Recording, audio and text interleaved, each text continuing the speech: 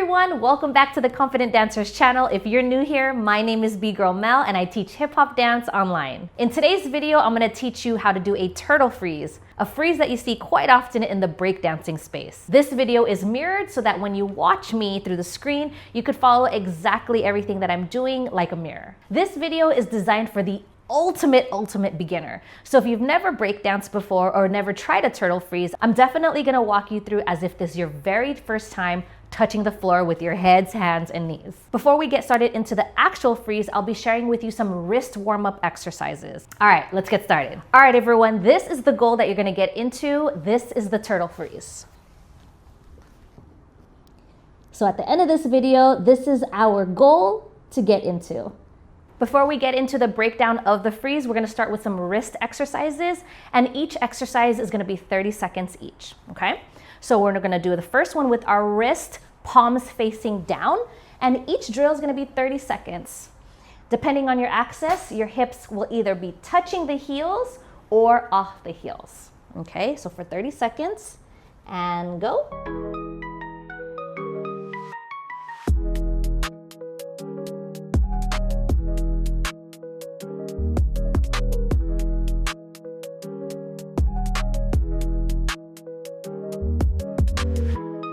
So to even get the access into this stretch, it does take a while for me to even sit back into my heels and keep the palm keep my palm facing the floor. That took me a while. 2 and 1. The second one we're gonna do is when the back of our hands are touching the floor, and same thing whether you're sitting on your heels or hip is up, it depends on you, and you just work towards the direction that you want to go. So top of the hands are down. Get ready for 30 seconds and go. So you want to make sure that your wrists are touching, or the top of your hand is touching the floor, arms are straight. If you're not sitting on your heels, it's okay. It even took me a while to get to this. See, I'm not even completely down yet. I can feel that there's space there, okay? This is just counter stretching the first wrist stretch that we did. And 2 and 1. Cool. Okay. The last stretch we're gonna do is a cross wrist stretch where we're taking one of our arms, crossing it over, palm trying to reach to face the floor, and the opposite arm is gonna cross under. So I'm using my left arm, crossing over my body, taking my right arm and crossing under. So we're reaching towards the left. Left arm is pushing down towards the right. 30 seconds.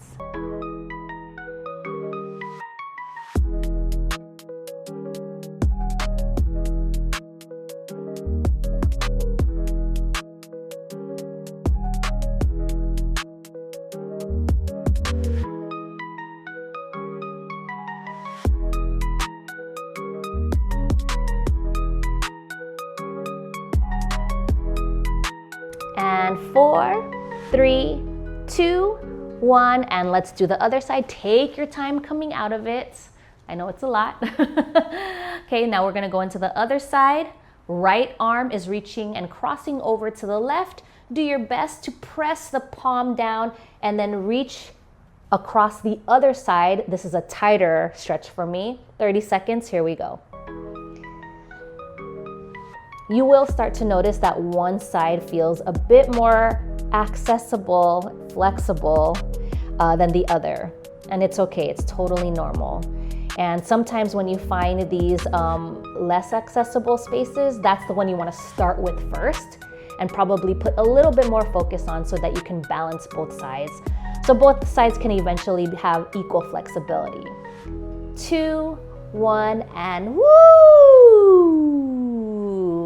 And let's just do some final wrist rolls. Take your time, figure 8, one direction, and figure 8 the other direction. All right, let's get into the turtle freeze position. Okay, so the first part is being able to identify if we can get into a push-up position or a plank position. So one of the first things we want to test out is, can we hold ourselves in a plank position with either high plank or low plank? So I'm going to demonstrate in both. So if you can hold yourself in a high plank, this is great. If you can hold yourself in a low plank, this is great too. Okay, so that's the first determination of like, all right, I got something stable going on and I can move on into the next step. So now we are going to discover the stab into our sides or into our body. So for me, I'm going to demonstrate using my stronger side, which is my left stab. My left stab is my stronger side. And what you want to do, what your goal is to find the sweet spot. This is the discovery phase where you want to find where in your body that you can feel stable to hold your weight up, not muscling, but balancing on that stab, okay? So, for example, I'm going to use my left arm as a stab and I'll show you both sides. I am on, my legs are wide as a start. So they're wide like this to help balance your weight. So I'm wide. I'm in my right hand push-up position. My left hand is going under my body and my fingertips on my left hand are facing out to my left. Let me show you on this side. This is my stab. I'm going under my body. My fingertips are facing out. Okay? So now in this part, you want to find what feels where what part of my body am I able to hold myself without muscling myself up. So a good indicator is if I were to put my head down, or if you were to put your head down and lift the base hand. So if I'm going to play on that stab, finding a position, a good indicator is if you were to put your head down, lift the hand, this is a great indicator to know that you're in a good stab position. Okay? So let's try that again. We're prepping, going into our push-up position, taking my left hand, finding the stab. Okay, now we're gonna bring our head down. Okay, my chin is tucked, and then now find what feels good. Where feels good. A good tip is my elbow, I can feel my hip bone touching my elbow. Everyone's bodies are different, and especially as adults, our bodies are gonna be different. So it might not be a good place for you to have your elbow and hip bone touch, or it might. And this is what I'm saying, it's the discovery phase. Tuck the chin a bit in and lift up the opposite arm, okay, the non-stab arm. If you can hold this comfortably, you're in a great place to go into the next step. So the next step is now lifting one foot off the floor at a time to feel what it feels like to balance and have our weight distributed to the head. So before we get into that, as we lift one foot off the floor at a time, you want to think that your weight is distributed to your head, thinking that your head is also like an anchor or a base or an arm, okay? So let me show you. We're gonna lift my right leg up first. Let's go into our stab position. Head down. Now, keep your legs straight for now, okay? And just lift up your right leg. Keep this base hand on the floor. You probably felt more weight on your stab, okay? Relax, okay? And then now you would lift your left leg off the floor. And then relax. As we practice these drills, feel free to pause or relax, because your wrists are probably like, what are you doing?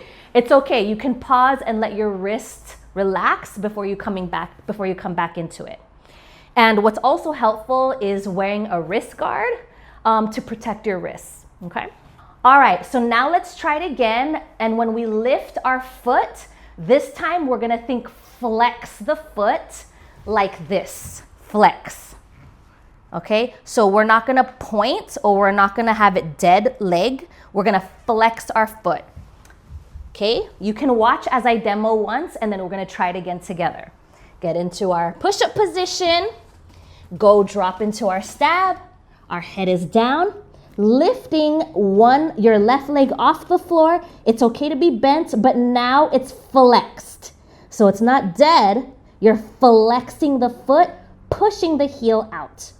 Try to play with your weight so that your weight is going towards the head and not trying to lift off.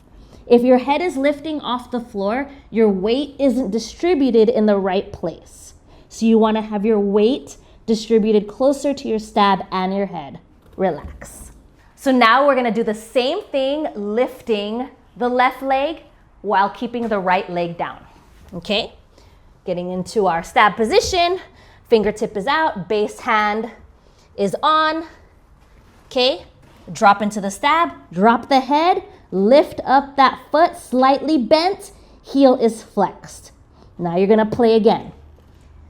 Okay, do you feel stable? Do you feel your weight is distributed to the stab and the head? You shouldn't be here. You wanna make sure your weight is closer to the head. And relax. Okay, here we go to the fun stuff. Now we're gonna go into the beginning stages of a turtle freeze where we're gonna balance our knee onto our forearm. So watch, let me show you what you're gonna do. You're basically going into this position, okay? So you're gonna take the inside of your thigh or inside of your knee and let it rest on the upper part of your tricep or your elbow, okay? So this is the position you're getting into. So now, let's go restart. We're in our turtle freeze. Drop down, head down. Keep the base arm that's not stabbing, okay? Fingertips are facing out. You wanna take the non-stab leg, bring it on top of that forearm, okay? The other foot, notice I'm still connected to the floor. Relax, okay? So now we're gonna do the same thing. Do it again. We're gonna bring we're gonna bring my right leg to our right arm, and then we're gonna play with lifting off the left leg. So now we're gonna practice bringing both legs off the floor, and I'll show you different angles. Here we go. So now we're in that plank position or we're in that preset position, dropping to the stab, head is down. The non-stab leg goes on top of the supporting hand. Now, this is, if you need to play with angle, you wanna play, but you don't wanna feel like it's too restrictive. So play with the angle of your supporting arm to ensure that you are comfortably resting your knee over the forearm. Okay, now feel that your weight is closer to the head, and then with the stabbing leg, which is the back leg, the leg away from the camera, you want to lift it up and relax. Okay, we're gonna do that again. This time, we're gonna lift it up, keep it bent for 3 seconds, relax, and then do it again for 3 seconds and relax. As you're going into those 3 seconds of a freeze, you want to play with and see, is my weight distributing towards my head and is my foot flexed? Okay, notice, so for this video, we practiced on the right arm stab, and on your own time, I want to encourage you to practice on your left arm stab. What's really important with the breaking journey is you don't want to focus on one side. You want to be able to train both sides. Training both sides prevents injury, and it allows your muscles to be balanced as you continue to train more power moves. If you train one side, you will start to see the injuries pop up early. All right, everyone, hopefully this helped. If this felt a little challenging for you, it's okay. I want to encourage you to try this maybe 2-3 times a week. Just take 5 minutes to play with balancing on your stab. Being able to gain that muscle memory will help you develop this move faster. All right, good job. Now you know how to do a turtle freeze, or at least get closer to a turtle freeze. I just want to also give you some encouragement that it's okay that if you need to revisit this video often, sometimes it takes a while to build the muscle and build the awareness on how to get into a freeze. Practice makes progress. And lastly, if you're an adult struggling to learn breaking, don't know where to start, or just think you're too old to start something new, it's time to make this year your year to learn how to break. Let me coach you personally, and the link to work with us is in the description box below. Thank you for watching, and we'll see you next Tuesday.